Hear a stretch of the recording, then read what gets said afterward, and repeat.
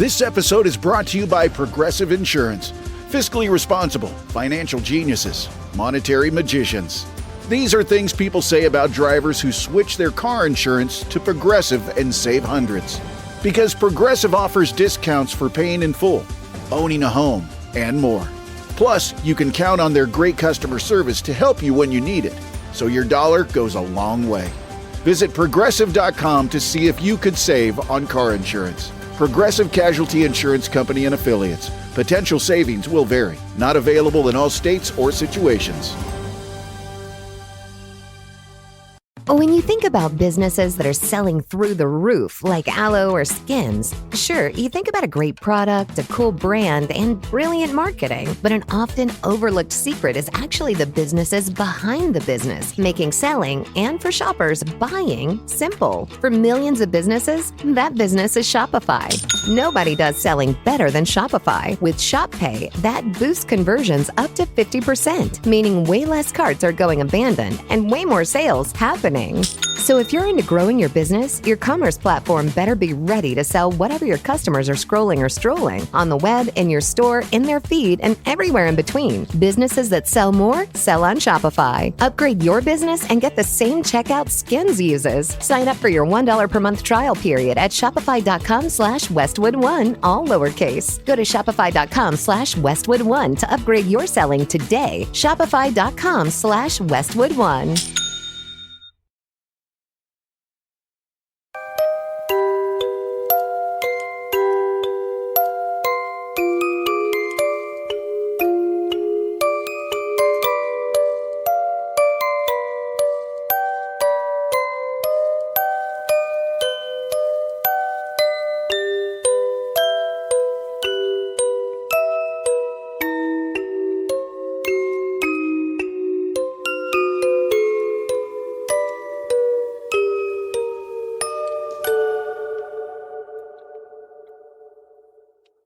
Welcome to another episode of Fringe Beyond Limits.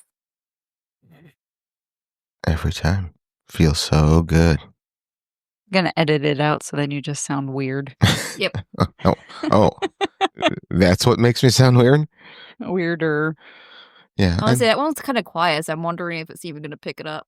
So I turned the volume down on my mic this week, so I hope it picks it up, but I was just trying something new, making, because I felt as though I kind of overshadow you guys with my booming, sexy voice.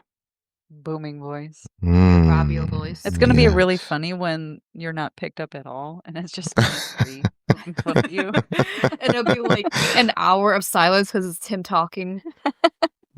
And we're just like, you're dumb. Yeah, it is. It'll be silence because you guys can't hear me, but then you guys just make comments every 10 minutes. Sounds like a great episode. Better than what we've done so far. I think we should try it. Yeah. All right. I mean, they do want just Lynette and I, so. Only one person. Let's not get ahead of ourselves. Don't get ahead of ourselves. Only one person that spoke up. Don't throw the baby out with the bathwater.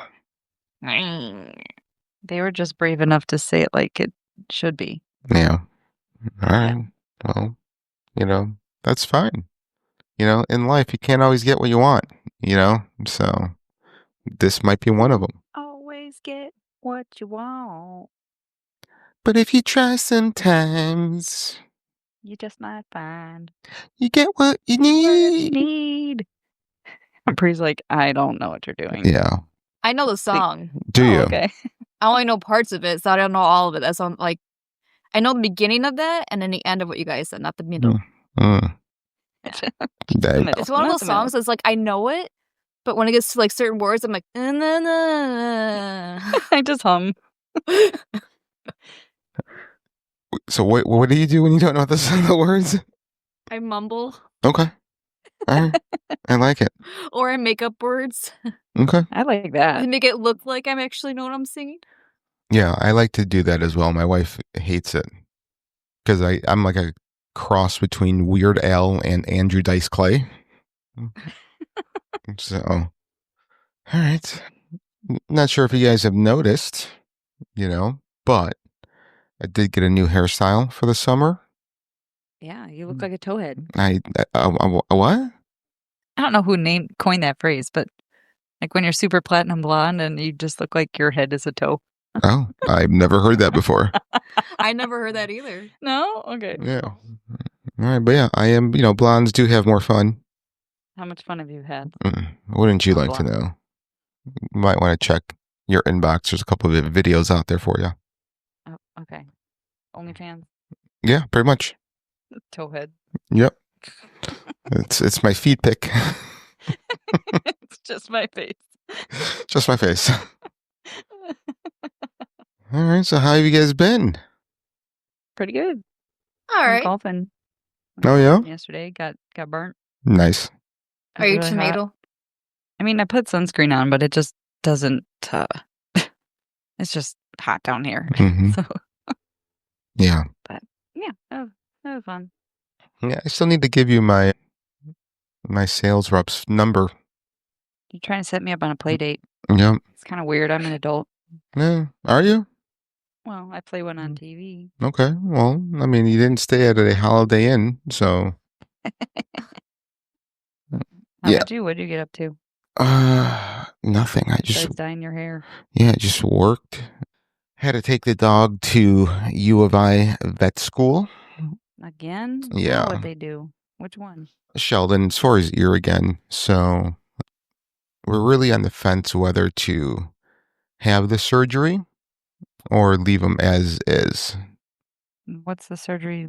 It's doctor it's a do? it's a TICA. It's a total ear canal ablation. Yeah, a teacup where Okay. they put little people in there and they ride around in teacups. I'm gonna say, do No, they like does Disney. it get turned into a teacup poodle?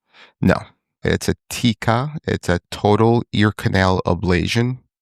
So they basically remove the ear canal and sew the hole shut. That sounds horrifying. Yeah. Kind of gross. Yeah. But I mean, he's older. He's 11 and a half. So. Yeah, but he acts like a child. I know. So we had this new vet. She was an internal medicine vet, and she was just doing her dermatology rounds that week at the school. And I asked her, I ask, whenever we come up with something, I always ask, I'm like, all right, with the information that you have and you've seen my dog, if this was your dog, what would you do? And she said that she probably wouldn't do the surgery. She would just continue with the drops. And as long as he's comfortable, let He's it. not going to listen to you anyway. Yeah, right. Oh. So, Oh. yeah. So she just said, there's just so many risks involved, especially for an older dog. And, so like they can, nick a nerve and can have facial paralysis. They can nick an artery and then he can have complications from there. And he can just have general complications just even after successful surgery. Especially since he's Sheldon. Yeah, and especially since he's diabetic. This episode is brought to you by Progressive Insurance. Do you ever think about switching insurance companies to see if you could save some cash? Progressive makes it easy. Just drop in some details about yourself and see if you're eligible to save money when you bundle your home and auto policies. The process only takes minutes, and it could mean hundreds more in your pocket. Visit Progressive.com after this episode to see if you could save.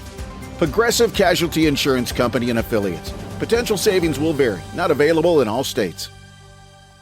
A new school year is the perfect time to reset your family's snack habits with snacks that are better for you and that your kids will actually eat. Junkless Chewy Granola Bars check all the boxes. They're delicious and chewy with less sugar than the leading kids' granola bar, and their name says it all. They're junk-free. Junkless bars are made with real, simple ingredients like 100% whole grain oats and no fake stuff. They're gluten-free, non-GMO, and free from artificial colors, flavors, and preservatives. Junkless bars like chocolate chip, strawberry, and peanut butter chocolate chip are kid-approved and parent-friendly. They're both yummy and satisfying, perfect for lunchtime, after-school snack time, sports sidelines, literally any time. Stop packing snacks for your family that return home untouched. Do yourself a favor and give them Junkless instead. Your kids and your sanity will thank you. Visit junklessfoods.com to find Junkless at a store near you. Also available at Target nationwide. I was forgotten. and you reached out to me. As Jesus says, whatever you do for the least of these, you do unto me.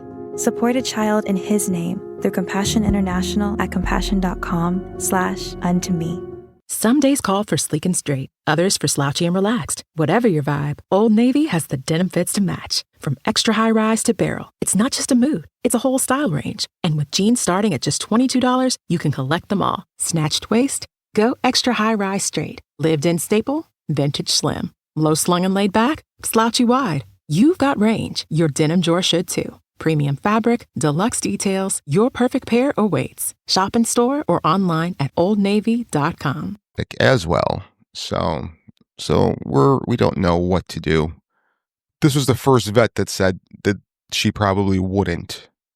Everyone else, like even our vet said, clinically he is 100% fine. He is a healthy, active dog who's slowing down, obviously, but so doing the surgery, would be a good option as well. She's like, I'm not, I wouldn't be hesitant if you guys said you wanted to do the surgery. So yeah, so we're not sure. But also the surgery, they quoted us between $5,000 and $8,000. Yeah. So I'm like, all right, do I really want to sink deeper into the medical costs of my dog? Yeah, that puppy's cost you an arm and a leg. Yeah, he has. Start taking out a mortgage. I'm about to get a second mortgage. Yep. You're right.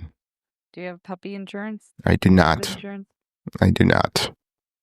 They always say it's a scam, but I feel like your dogs have one thing after another. They're always getting into something. Yeah. So, we have like the health plan thing through our local vet that, we pay whatever, and the office visits are free. All their, whatchamacallit, shots are free. Yeah, I get like a certain percentage off procedures, like 10% or something off it being in this health plan thing that they have. So I thought that was good enough, but not with this one. All right. As long as he's comfortable. Yeah. Yeah, I agree. So anyway, Bree, what about you? I got Employee of the Month. Woohoo! Nice. What does that mean? That people like me, and they notice that I do well. Okay. God damn it, people like me. I So think they felt sorry for you.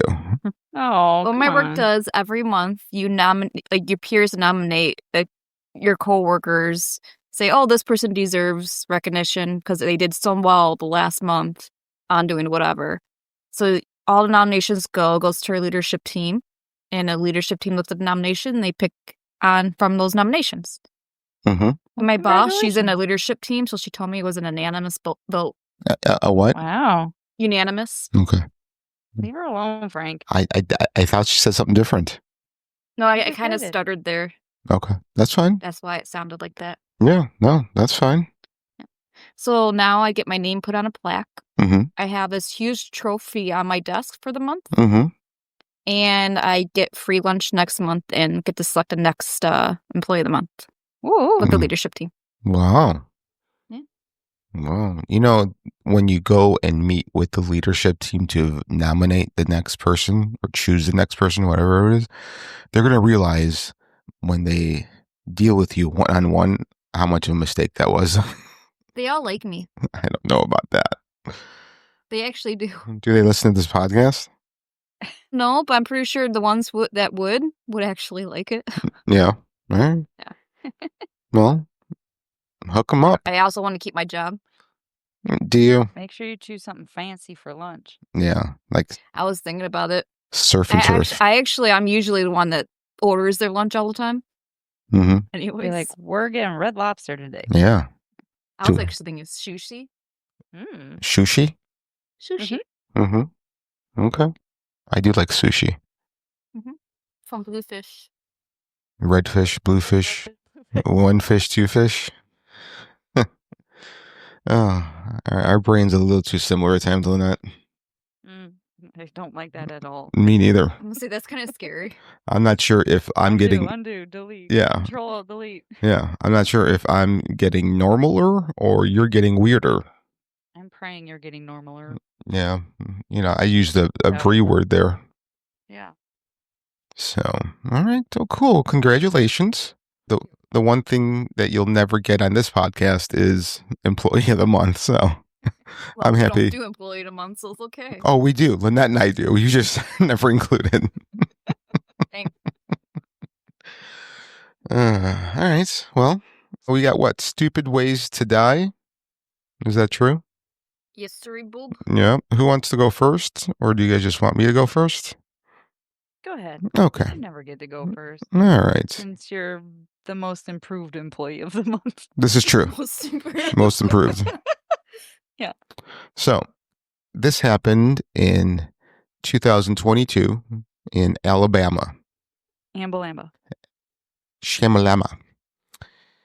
A man was driving with a loaded revolver tucked between the cushions of his couch-style driver's seat in his pickup truck.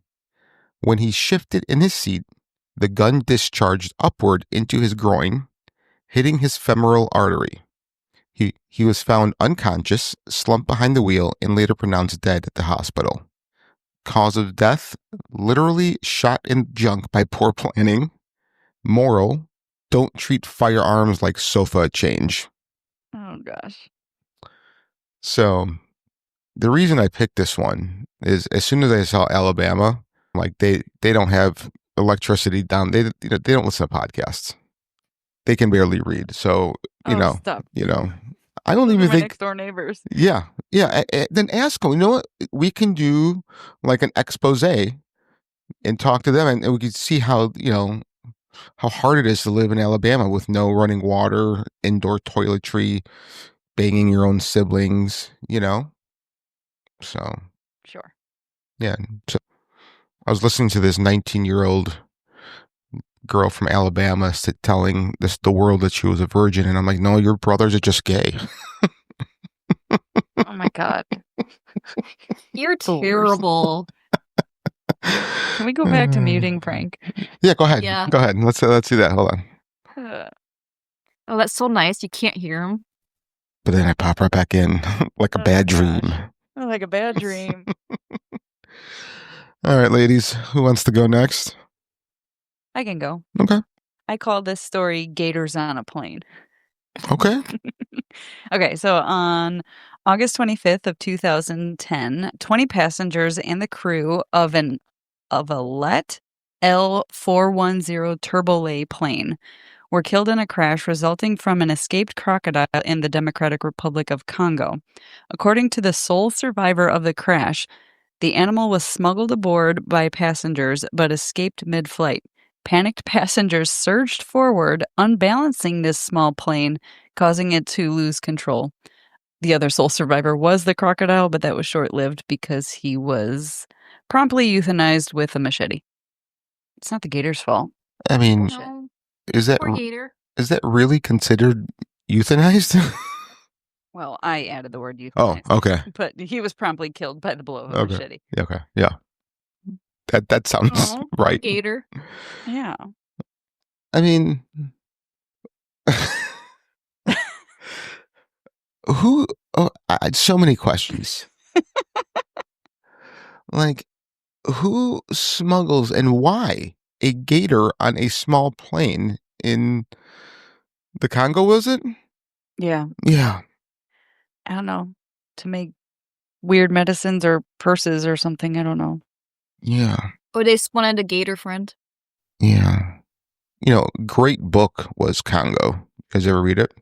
Did you ever Negative. do that book? I didn't even know it was a book. Yeah, Michael Crichton? No. Great book, horrible movie. Movie was so bad. And I saw it. Because you read the book first? No. No. The movie was just that bad on its own. It tried to follow the movie, but the execution was horrible. And I got to watch it in the movie theater, so I spent way too much money. Should have left. Yeah. Well, Demanded a refund. yeah, I can't do that. I like to start what I finish. I've only ever walked out of one movie. Yeah. It was terrible. It's called But I'm a Cheerleader. It's terrible. It doesn't sound good. No. No. I can't even tell you what it was about other than it was terrible. And I was actually like flipping through something on, I don't know, Netflix or Prime or something like that, and I saw it was on Sounds there. I was like- like, no. It sounds like one of those like B-list movies that Oh, like terrible. Yeah. All they right. go straight to video. All right. Well, I'm happy you walked out of that movie. I tried to do a movie. See, I Yeah. tried. Yeah, you did. I don't think I've ever walked out of a movie. I haven't. I mean, I've shut them off after, 10 minutes. I'm like, this is fucking ridiculous. But you're like, I paid money and I bought popcorn, so Yeah. I'm staying. Yeah, exactly. Mhm. Well, now when you do that, it's like $50, so might Yeah. as well. Yeah. I want to go see the Superman movie. I want to see Jurassic World. I do want to see Jurassic World. No, I didn't like no Superman crazy fans? numbers. I don't like that kind of stuff. I'm a Marvel fan. I never understood the whole DC Marvel fight. Like, they're superheroes, and they all have pretty different, origin stories. But the thing is, it's just kind of like the whole iPhone Samsung thing. Like, Or the battle of the boy bands. yeah. It's just someone prefers one or the other. There's really no like. You can prefer one or the other, but you can still watch a Superman or a Batman movie. I mean, I'll watch it. I just said I prefer Marvel. Yeah, but when you said that, you said it as though I don't like DC and I like Marvel. It's like one of those. If it's on TV, I'll watch it. But I'm not gonna go on my way to go see it. Why not? Superman's a movie that you need to see on the big screen. No. I was a big Superman fan as a child. He's the only character that his alter ego is him being normal, and his real version is like his superhero-ness, where all the other ones are the exact opposite. Superhero in it. Yeah. So, all right, Bree. Yeah. Continue this train wreck. Yeah, mine's kind of short. So, a thief in Sydney, Australia, he attempted to steal parts from an old truck by loosening bolts from underneath. The truck transmission fell on his head, resulting in his death. Is that how trannies are made? How'd you know? Just took a shot in the dark. So, all right. That was a stupid way to die. Yeah. It really was. Yeah. All right. Well, thank you for that, guys. That was fantastic. So, what are we talking about today? Do we know? Jerry Willis? Jerry Lewis? I Bill. loved him. The Big Willie? The Big Lebowski? Yes, great movie. You know, that's the one movie I watched, and I still can't tell you what it was about because I felt like I was high watching the whole thing. You need to be high watching the whole thing to understand it. It's funny. So I told somebody that at work, and they're like, so the movie did it correctly then? Because Mhm. I was like, I still can't tell. I'm like, the only thing I can actually pull from that movie was a bowling scene. Mm-hmm. Other than that, I can't tell you anything else. Mm-hmm. It's a great movie. I wanted to have a White Russian after watching that movie. You would go back to alcohol. I'm an alcoholic, of course. All right, so we have Jerry Willis. It's Wills. I said Willis by accident. Oh, Jerry Wills. Yeah. Okay. And the experiment that became a universe. The experiment that became the universe? Yeah. Wow. It's All a right. wild story. It is. Let's jump right in and see how an experiment became a universe with Jerry Wills. Today we follow the trails of the hidden, the haunted, and the wholly unbelievable. We're journeying to the wind-swept plateaus of Peru, to a crack in the rock known as the Doorway of the Gods, the Aramu-Muru Stargate. But our story doesn't begin in the Andes. It begins in America with a boy, raised not by a family but by a program. This is the story of Jerry Wills, his mysterious government-influenced upbringing, his discovery of a strange-like doorway, and the three tones that allegedly unlocked a vision of another world. So Jerry Wills was born in 1963 in a rural town on the outskirts of Huntsville, Alabama. Oh, wow, that's awesome. Alabama. There it is. Not far from the Redstone Arsenal, a U.S. Army post and one of NASA's early testing grounds. His birth certificate, or what's publicly available of it, lists his mother as Gloria May Wills, and no father is named. His early years are a mystery wrapped in contradiction. According to fragmented records and Jerry's own retellings, his mother was a quiet woman who struggled with paranoia, often claiming that they were watching her and that her son was not ordinary. By the time Jerry was 4, Gloria died and was ruled a house fire. But witnesses claimed the blaze was too quick to clean. Some locals remembered strange black vans parked near the house in the weeks leading up to the fire. Jerry was not found in the debris, nor was his mother's body, only fragments that were later assumed to be hers. He was officially declared a ward of the state, but he never entered the foster system. Instead, Jerry says he was taken to a black site facility in Nevada, near what he believed was the outskirts of Tonopah Test Range. There he lived underground, under fluorescent lights, for most of his developmental years. He was raised in isolation with rotating teams of caretakers in white coats who never used their real names. He remembers being called Subject Delta 7. This is already reminding me of Stranger Things. Yep. From the age of 5, Jerry was subjected to neurosensory conditioning.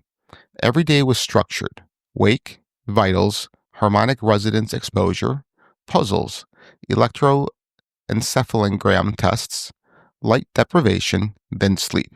Rinse, repeat. He was exposed to nonverbal communication training, where he was shown moving geometric shapes paired with emotional audio frequencies, essentially training his brain to associate tone with thought. According to Jerry, they weren't teaching him, they were tuning him.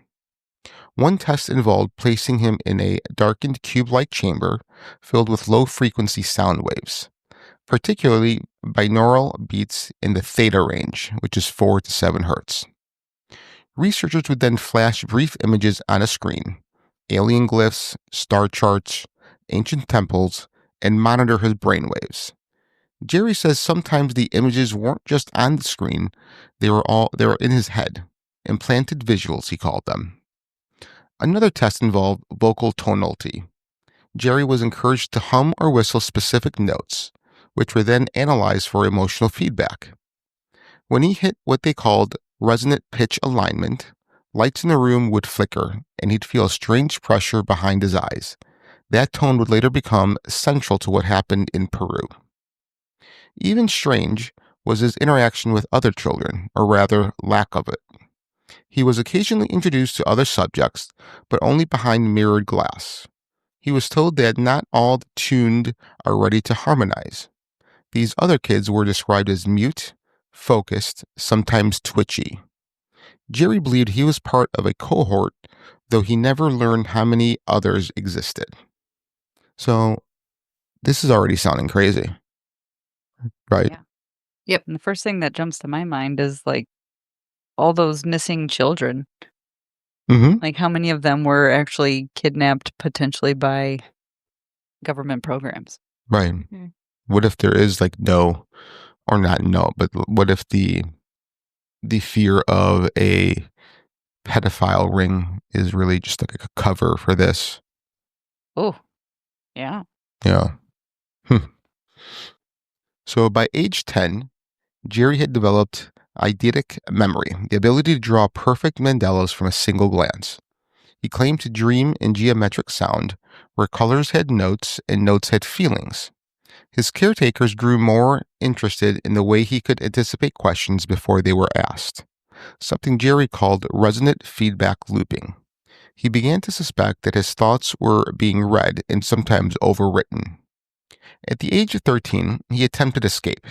The details are murky, but according to his later interviews, Jerry followed an electromagnetic buzz through the compound and found a hatch. He was missing for nearly 6 hours. When they found him, he was outside the facility, barefoot, shaking, and humming. He was never punished. In fact, after that, the tests changed. He was no longer isolated. He was taken to a new facility near Los Alamos, New Mexico, and the focus shifted toward ancient languages, star lore, and portal theory. He was taught about the Dogon tribe's Cirrus knowledge, Tibetan chants, and acoustic levitation. And perhaps most unsettling, he was shown images of Aramu-Muru at age 15, years before he ever traveled to Peru. They asked, "Does this look familiar?" He said yes. And that's when the tones began. The three tones, a low A, a mid G, and a high E, were played for him daily, sometimes layered, sometimes separately. They told him, "When the doorway calls, you'll remember these." By the time he turned 18, Jerry was released. No family, no records, just a single duffel bag, a passport, and a non-disclosure agreement that he never signed. From there, he drifted. Brief appearances in fringe forums, a few non-disclosure agreement that he, I'm sorry, I read that wrong. A few obscure lectures on resonant states of consciousness, then radio silence. Until, of course, the journey to Peru, where everything changed. So if he was born in 63 at 18, that was 1971, right? I trust your math. No, 1981. Sorry. Okay, I don't trust your Yeah, math. my brain. It's So- not Brian Master. Yeah, that I think Brian infiltrated my brain and made me stupid for a moment. So this is 1981 now. So I still, just find it interesting that they said, "Okay, you're 18, bye." yeah. If you invest that much time and money and training and then you just turn your subject out on the world, what was the hopes of that? Yeah, I guess we'll get into it. Yeah, I mean, I guess he's maybe like a semi-Manchurian candidate. Maybe, I don't know. So the stone itself, a reddish pink granite known locally as Rosada andesita, is ancient. Wait, this is Did I skip? Aramu-Muru. Yeah. Well, you're just kind of just jumped into it. Oh, The okay. history of Amaru. Oh, sorry. The history and mystery of Aramu-Muru. Aramu-Muru. Sorry. Yeah. It's hard to say. It is. So the stone itself, a reddish pink granite known locally as Rosada andesita, is ancient. Geologically dating estimates that the rock wall is part of the Amuru-Uru region, which has existed for hundreds of millions of years. But the carving, that's more elusive. There's no consensus, no inscriptions link it directly to the Inca or the pre-Inca cultures like the Tiwanaku or Pucara. Some suggest it could be over 12,000 years old, possibly created by an even older megalithic civilization now lost to time. The earliest known oral traditions about the site came from the Amara people, who speak of the Hayu Marka, or City of the Spirits. According to legend, this region was once home to a non-physical race of beings, luminous entities who could shift between dimensions through vibration. They would manifest briefly to share knowledge, then vanish through the stone that sings. It is here in the folds of the legend that the name Aramu-Muru appears. So here's the legend of the Aramu-Muru. Aramu-Muru was said to be a high priest of the Incan temple of the Seven Rays, a secretive spiritual order devoted to cosmic harmony and universal knowledge. According to the lore, during the time of the Spanish conquest, Aramu-Muru fled the empire with a sacred golden disc known as the solar disc of the sun god Viracocha. The disc, said to have been gifted by the gods themselves, was no mere artifact. It was alive, emitting light and frequency capable of opening portals between worlds. Fearing the Spaniards would seize it and twist its power, Aramu-Muru brought it to the sacred stone. There, with a group of monks, he performed a final rite. The legends say he placed the disc into a niche in the doorway, chanted ancient tones. Then the rock turned to liquid light. Aramu-Muru stepped through and vanished, not in death, but in transcendence. He became part of the spirit city, joining the luminous ones. Today, many local shamans and Kiro mystics still treat the doorway as an active portal. They bring offerings of cocoa leaves, sacred water, and music. Some say it hums in the presence of the chosen. Others swear it vibrates under the full moon. Well, that's cool that one of the offerings they give is music, which is just vibration. Mm-hmm. That's interesting. So what makes this location special? The altitude. The site rests at over 12,000 feet above sea level, close to the spiritual and atmospheric threshold where oxygen thins and spiritual practices are believed to be more easily breach altered states. The Inca called Lake Titicaca the womb of the world, the birthplace of their gods. So Lake Titicaca itself is a geological anomaly. It's the highest navigable lake on Earth, and it contains underwater ruins believed to predate the Inca. Some ancient myths speak of it as a mirror to the stars, with celestial alignments encoded into its layout. The stone composition, called Rosada Andesita, is known for its high quartz content, and as fringe researchers like Dr. Carmen Bolter and others have suggested, quartz may have piezoelectric properties capable of storing or amplifying energy, possibly even sound frequencies. Ley lines.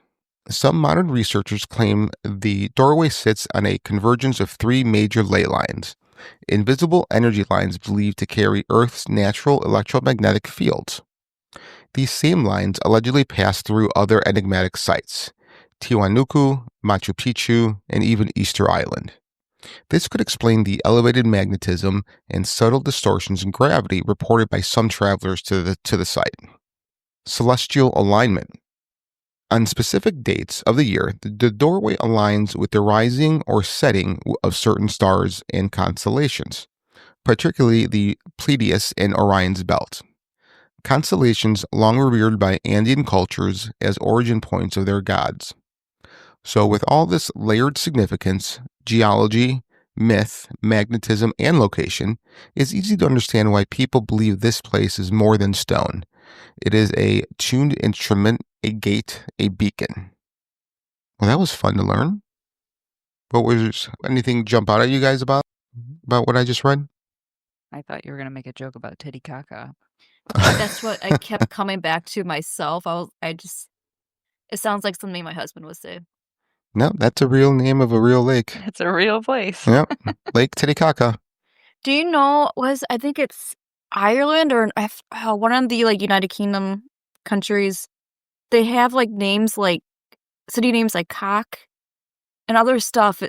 It's legit too. I actually looked at it. I was like, whoa, can't think of the other ones, but they're all dirty names. Drunken Irishman. I know, that's what it was. It was pretty funny, and because I saw it on Facebook, and I'm like, oh, this is probably one of those fake things. So I went to go look. I went to Google Maps, and it was all there. I'm like, oh, interesting. That is funny. I wish I could have the honor of naming cities. I wouldn't trust you. I know, nobody would really. So, all right. So now, how did Jerry find it? And that brings us back to Jerry Wills. He arrived in Peru in the summer of 1998, guided not by tour books, but by a repeating dream. In this dream, he stood before a pink wall of stone beneath 3 stars. There was a pulsing sound, 3 tones, played in sequence, and a figure behind him whispering, you remember, now walk. He flew into Jualaca Airport, then made his way to Puno on the banks of Lake Titicaca. There, in a small hostel, he met a local shaman named Don Manuel, who, according to Jerry, looked at him and said, "You've returned." Jerry had never met him before. Don Manuel took Jerry to the Aramu-Muru site, not by the beaten tourist path, but through a back trail known only to locals. Along the way, they passed stone cairns and whispering reeds. The air was thin and electric. On the evening of November 11th, 1998, around 11 p.m., Jerry, his wife, and a handful of others arrived at the site. Standing before the doorway, Jerry said he could feel the tones building in his chest, not in his ears, but in his ribs, in his spine. The stone pulled at him like a magnet tuned to his soul. He dropped to his knees before it. Don Manuel simply said, "You know what to do." Jerry pulled out a small brass whistle, a Tibetan singing bowl, and a tuning fork. All 3 tools designed to resonate specific frequencies.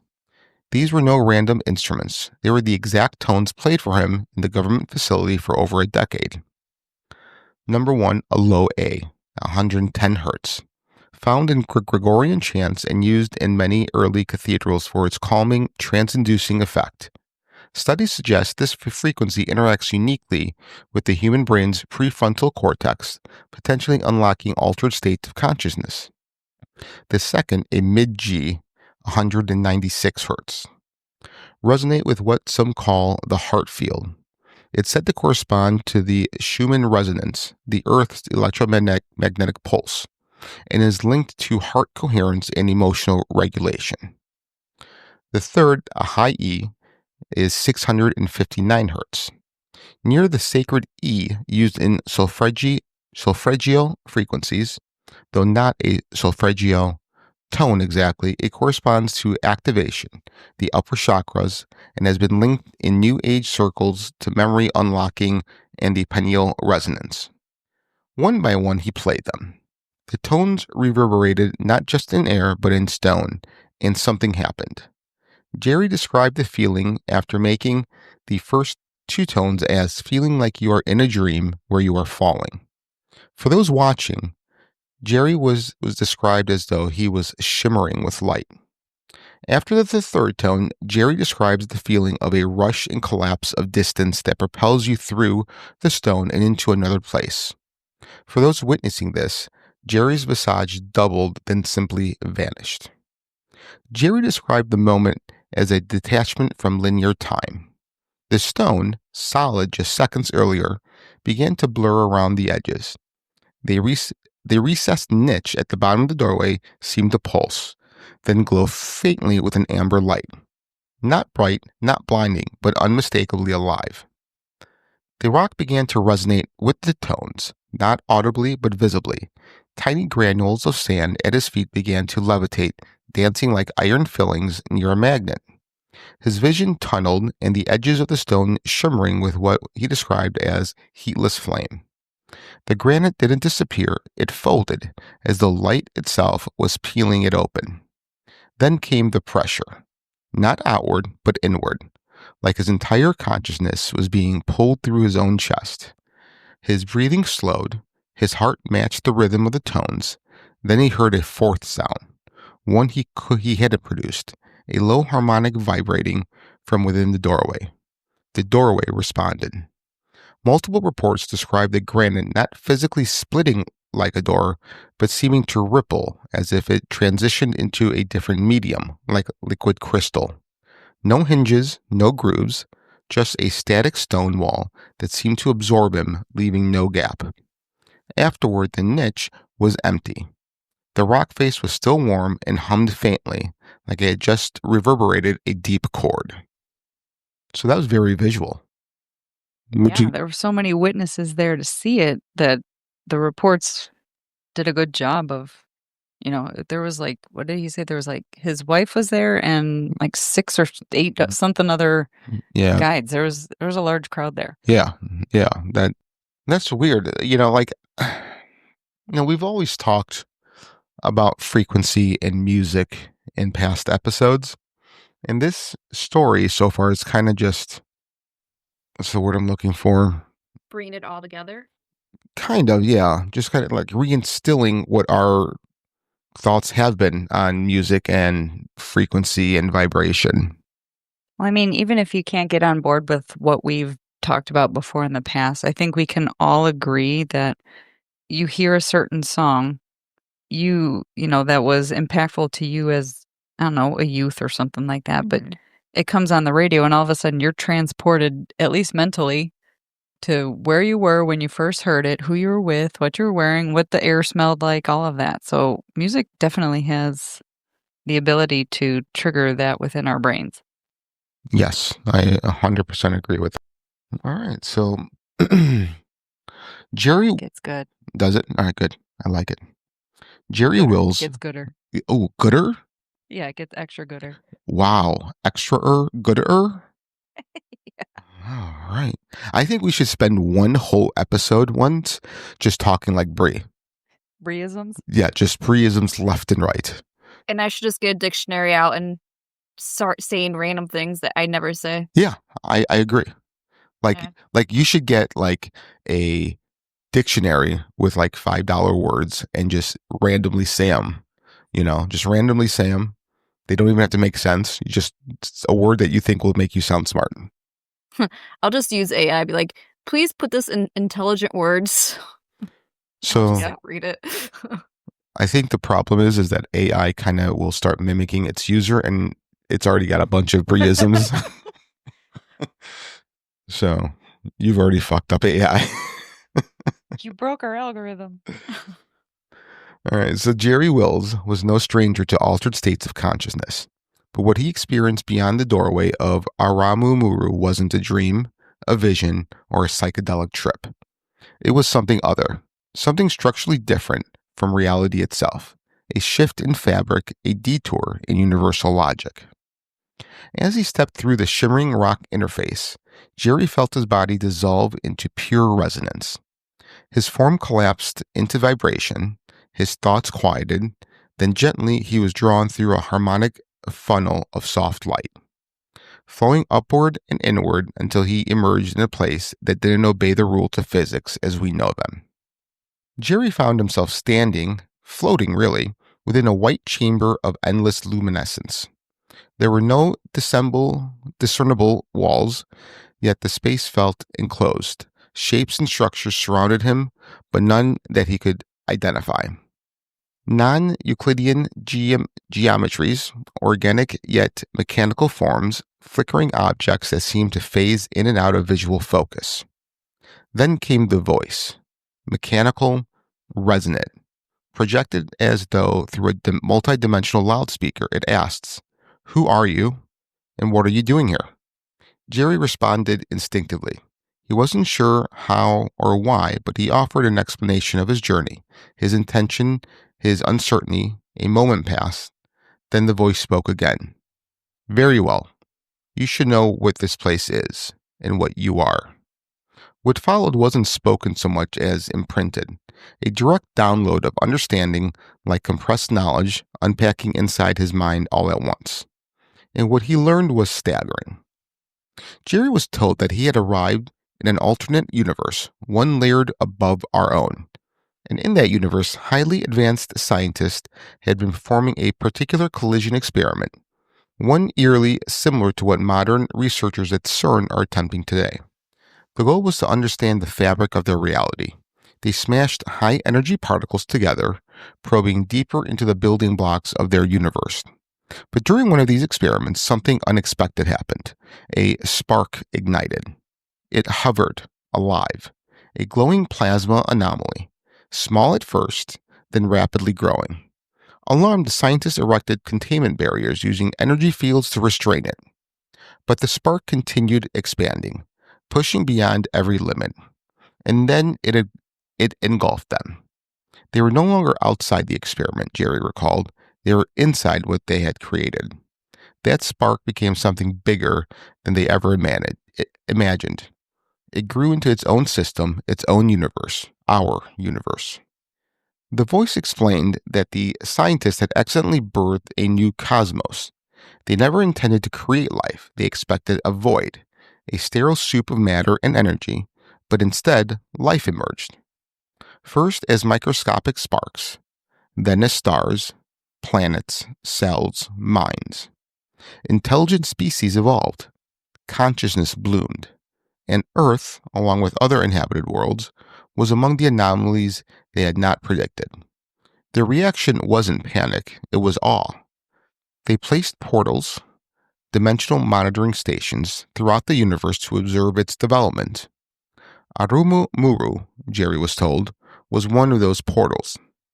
Not built by the Inca or any human civilization, but by these interdimensional custodians, a kind of cosmic research team watching their accidental creation evolve from within. These portals weren't just for them to come in, they were also doorways out, for those in the universe capable of aligning with the harmonic key to return. All right, where's everyone at now? I'm excited for you to keep going with the story because it keeps getting better. Okay, I just wanted to stop and see if anybody had any extra thoughts. That's okay. Okay. But the revelations didn't stop there. The voice told Jerry that our universe is not unique. There are infinite layers of universes stacked and nestled like Russian dolls of reality. Universes above and below, each birthing the next. This is where the black hole and white hole dynamic comes in. A black I hole. want you to hear. This is what you wanted me to Remember hear? when we had our fireside chat with the black holes and stuff? Yeah. Okay.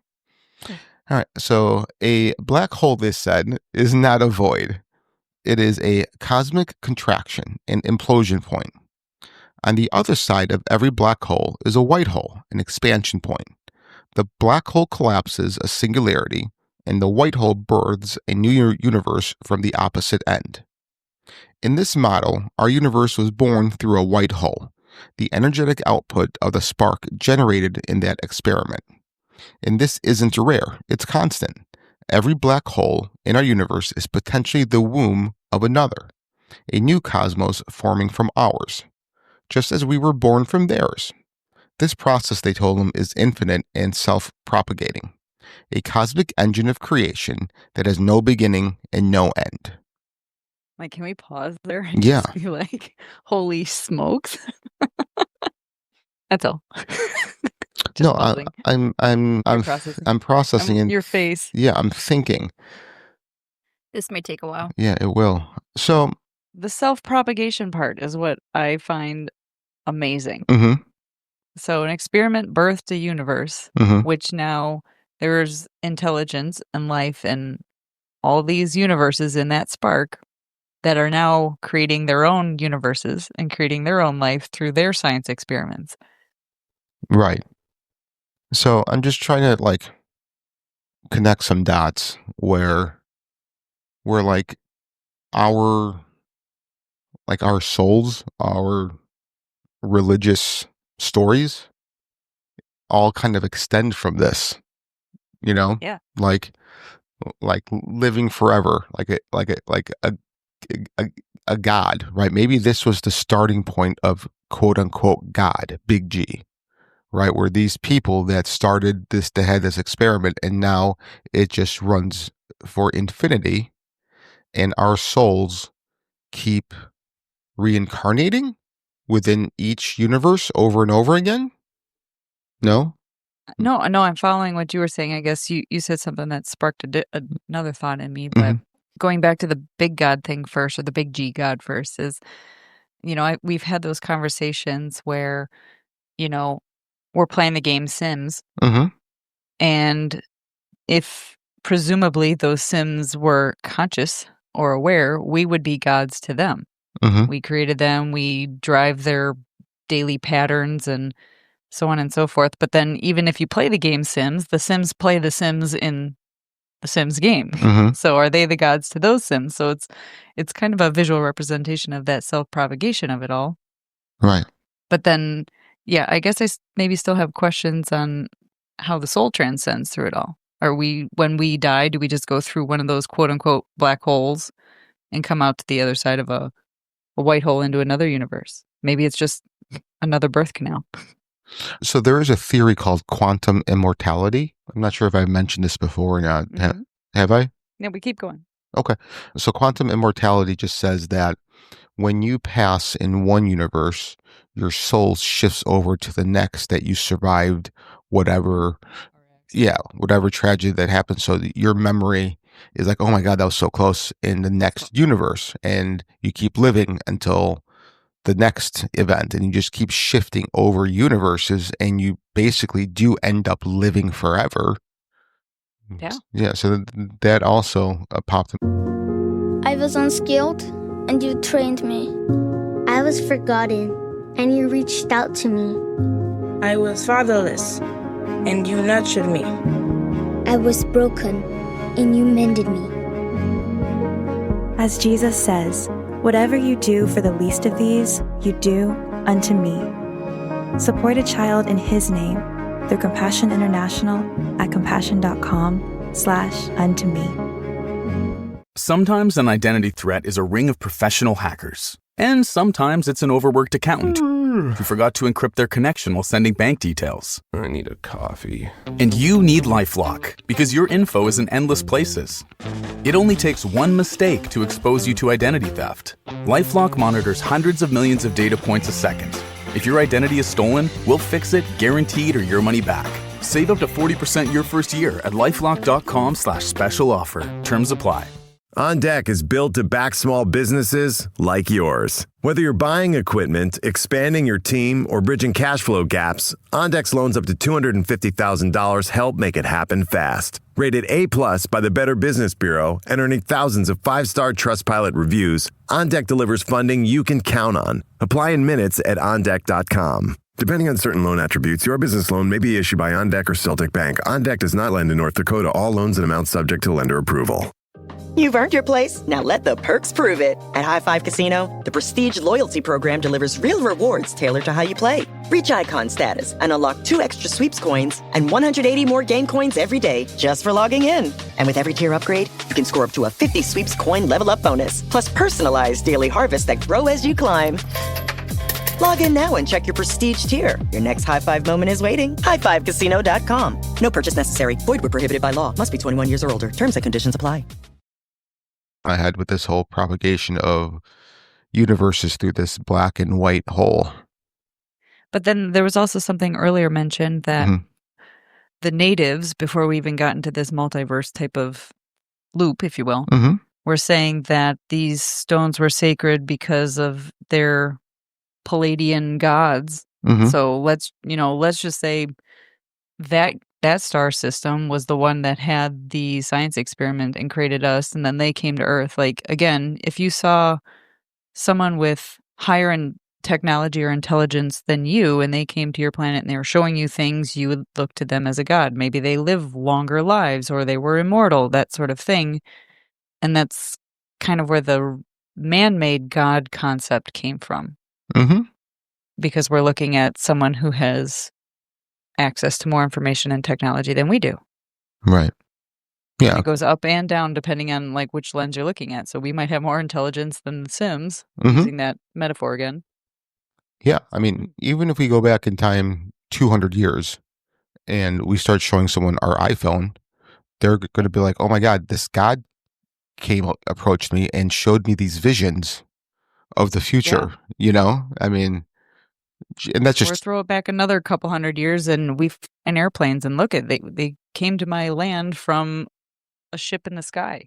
Well, have you heard of what happened in World War II in the islands in like Asia?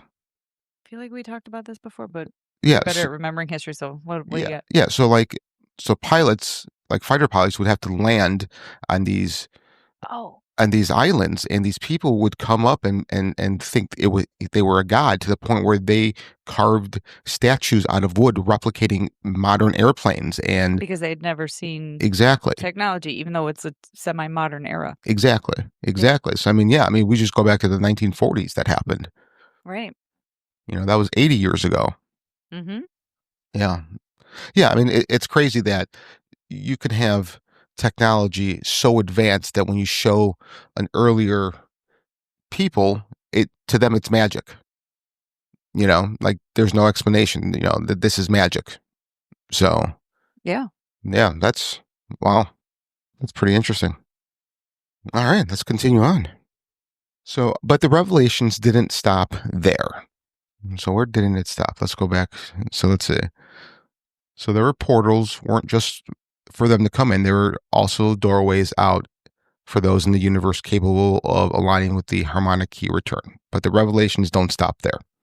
The voice told Jerry that our universe is not unique. There are infinite layers of universes. Oh, did I read this part already? Yeah. Oh, sorry. The next section. Okay, so the CERN connection. Yep. So what shook Jerry to his core was the realization that humanity is on the verge of repeating the cycle. What they described sounded exactly like what we're doing at CERN, Jerry later said. Only were children playing with the switches of God. CERN's Large Hadron Collider smashes protons at near light speeds, exploring the quantum realm. Physicists there have openly speculated about the possibility of generating micro black holes. But what if those experiments didn't just probe our universe? What if, like the original scientist, we accidentally create a spark that grows, expands, and becomes another universe? We were their accident, Jerry said, and now we may create an accident of our own. As Jerry stood in that glowing room beyond the doorway absorbing this cosmological bombshell, the voice gave one final insight. All intelligent life in every universe asks the same question. Where are we? What are we? What lies beyond? That is the purpose behind evolution, consciousness, and inquiry.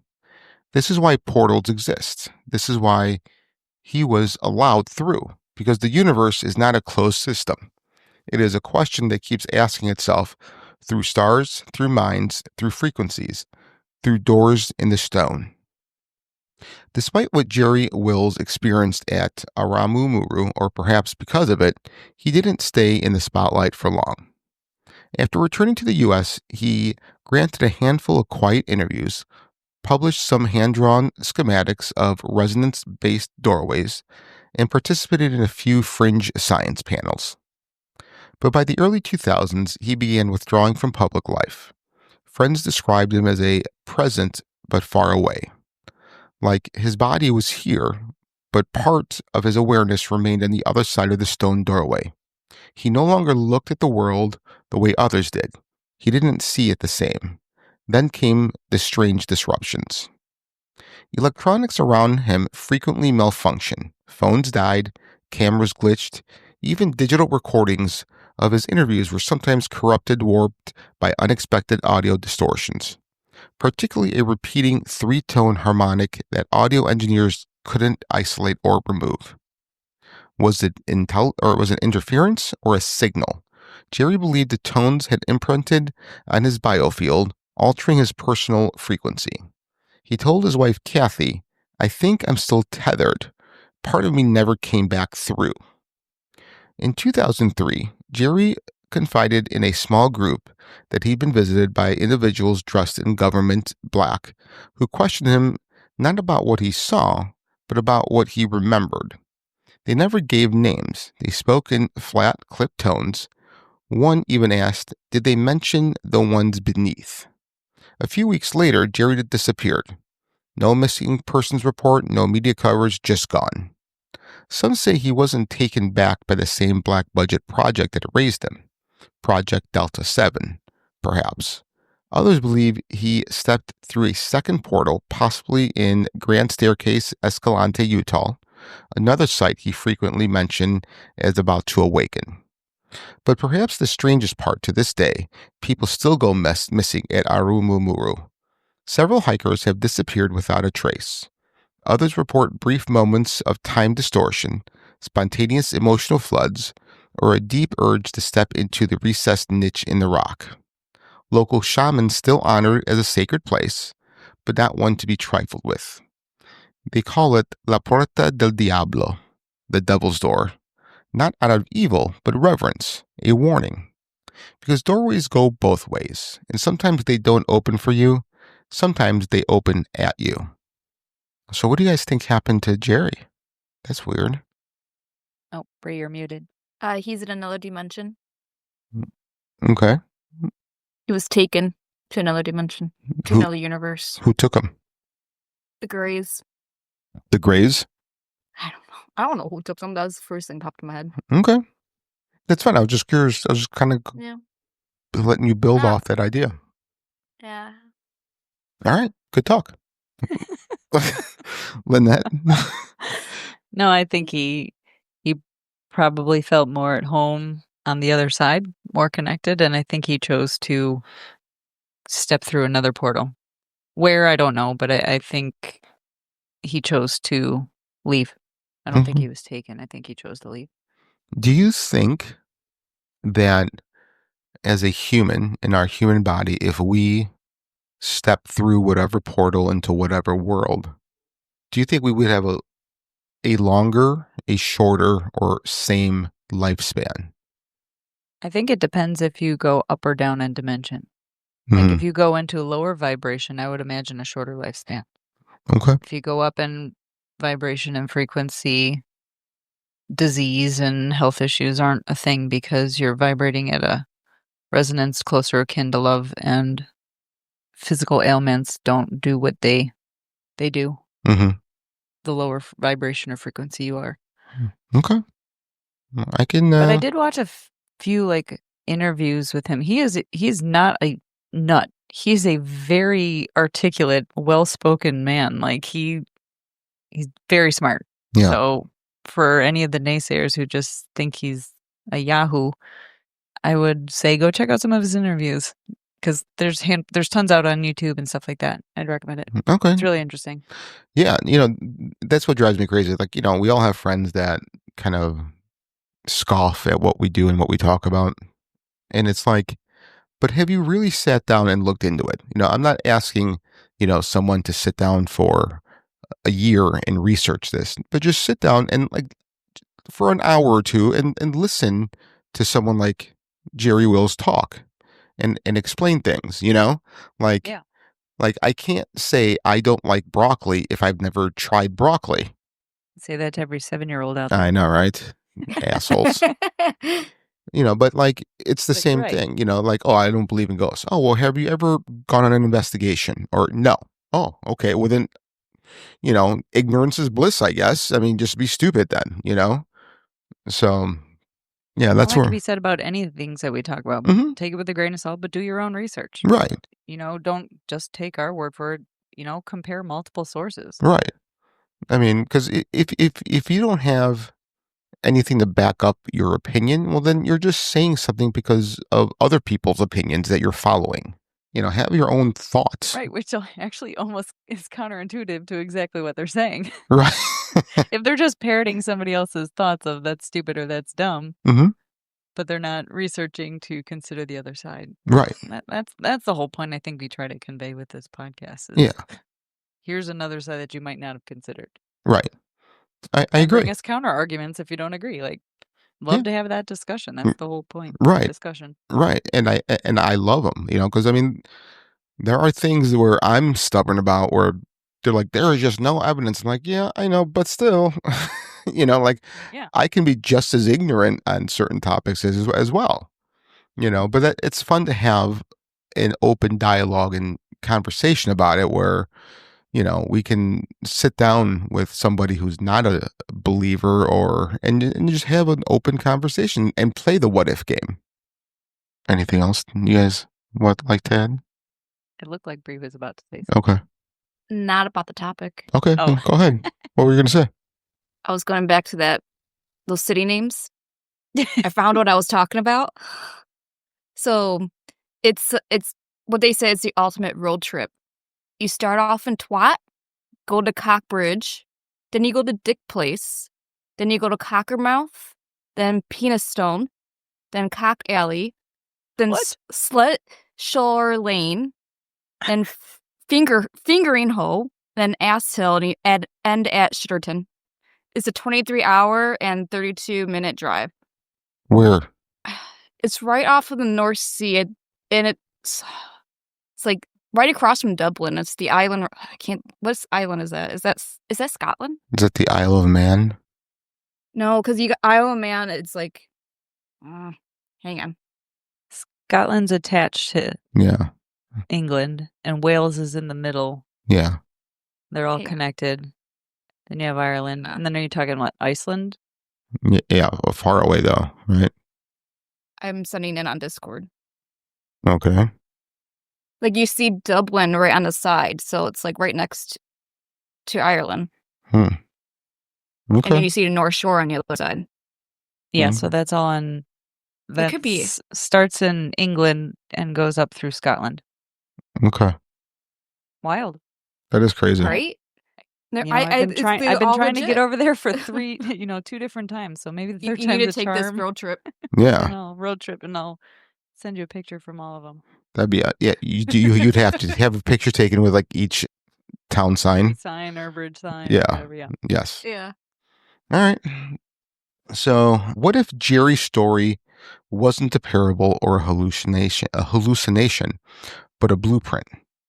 What if stone doorways, sacred tones, and spontaneous disappearances are not anomalies, but reminders of an ancient truth we've forgotten. That reality isn't made of atoms, it's made of vibration. That we are not flesh and blood wandering a dead cosmos. We are tuned instruments born into harmonic universe seeking to remember the song we once knew.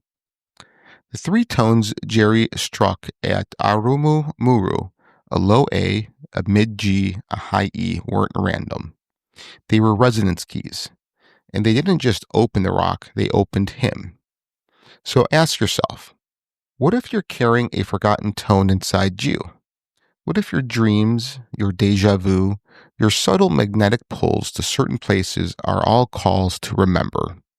What if the next doorway isn't in Peru or under ice or in a desert? What if you are the doorway? Because maybe the great secret isn't that portals exist. Maybe the secret is they've been waiting for us to stop looking with our eyes and start listening with our frequency. The answers are within you. Isn't that what Jesus said? That And Yoda, I think. I was thinking Yoda. Yeah, well, I mean, same thing, right? Yeah. Yeah. Yogi, Yoda. Yay, boo boo. Not the bear. Oh, no. Okay. You know what we should do? Next time the three of us. Well, yes, I would like to go to Peru and do an ayahuasca trip for a week. That's a bucket list. But no, next time we all get together, we should have like a meditation and just play those three tones, low A, mid G, high E, and see if we can't I think you got to hum them. hum. No, we can You get can't meditate. You can hum a low G or mid G. I could hum on someone's nuts. Is that okay? Is that the same? Oh, stop it. No. See, low vibe. Low. They're all low vibe. No, You're not no. opening anything. It's a big vibe.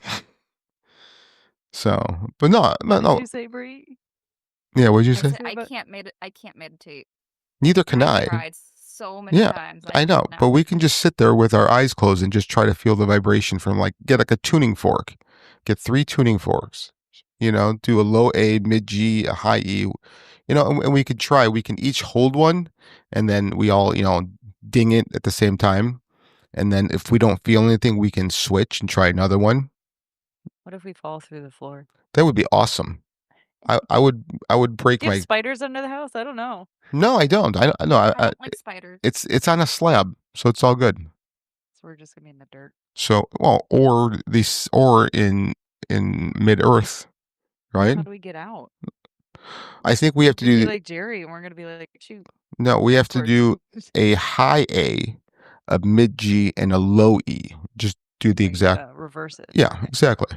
Okay. See, you just knew the answer. Yeah, it just downloaded. The answers are within you. Yeah, downloaded right in my head.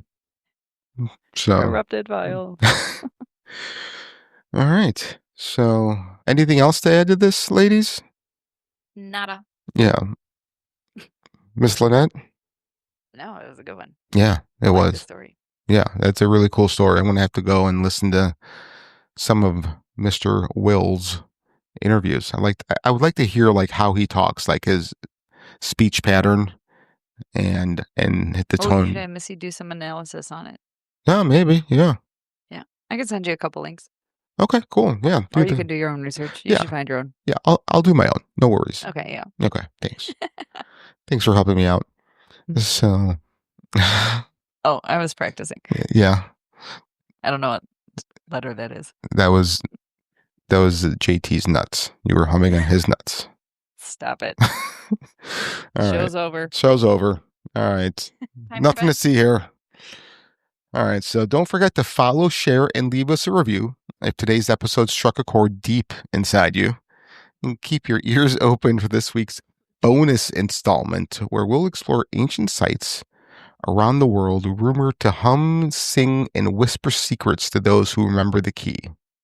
Until then, stay curious, stay weird, and stay tuned. Oh.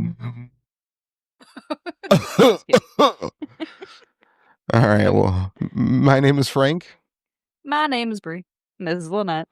And you've been listening to Fringe Beyond Limits.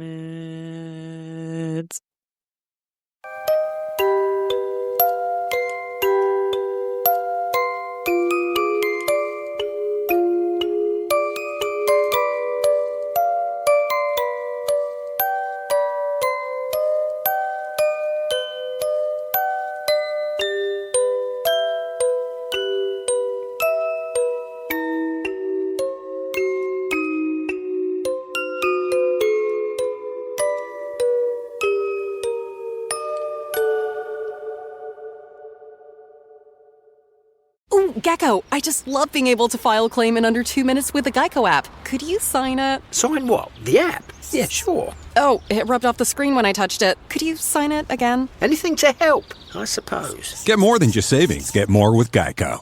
I was forgotten, and you reached out to me. As Jesus says, whatever you do for the least of these, you do unto me. Support a child in his name through Compassion International at compassion.com/unto me. Snack time just got a glow up with My Mochi ice cream. My Mochi is scoops of delicious ice cream wrapped in sweet, chewy dough. It's creamy, dreamy, and totally satisfying. My Mochi comes in fabulous flavors like strawberry, mango, and cookies and cream. Gluten-free and only 70 calories apiece, My Mochi is the perfect anytime treat. Because why wait for a reason to feel joyfully chill? Grab a purple box of My Mochi ice cream and chew it. Love it. Repeat.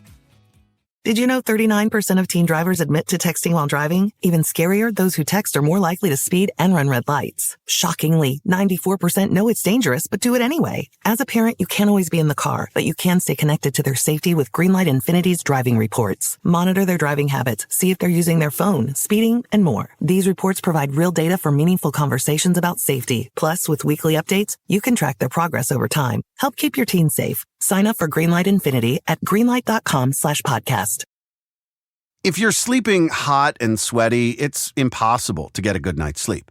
And if your solutions are blasting the AC high all summer and doing constant pillow flips, you've got to check out Coop Sleep Goods. Coop combines advanced cooling technology and personalized comfort to create pillows that help hot sleepers stay sweat-free all summer.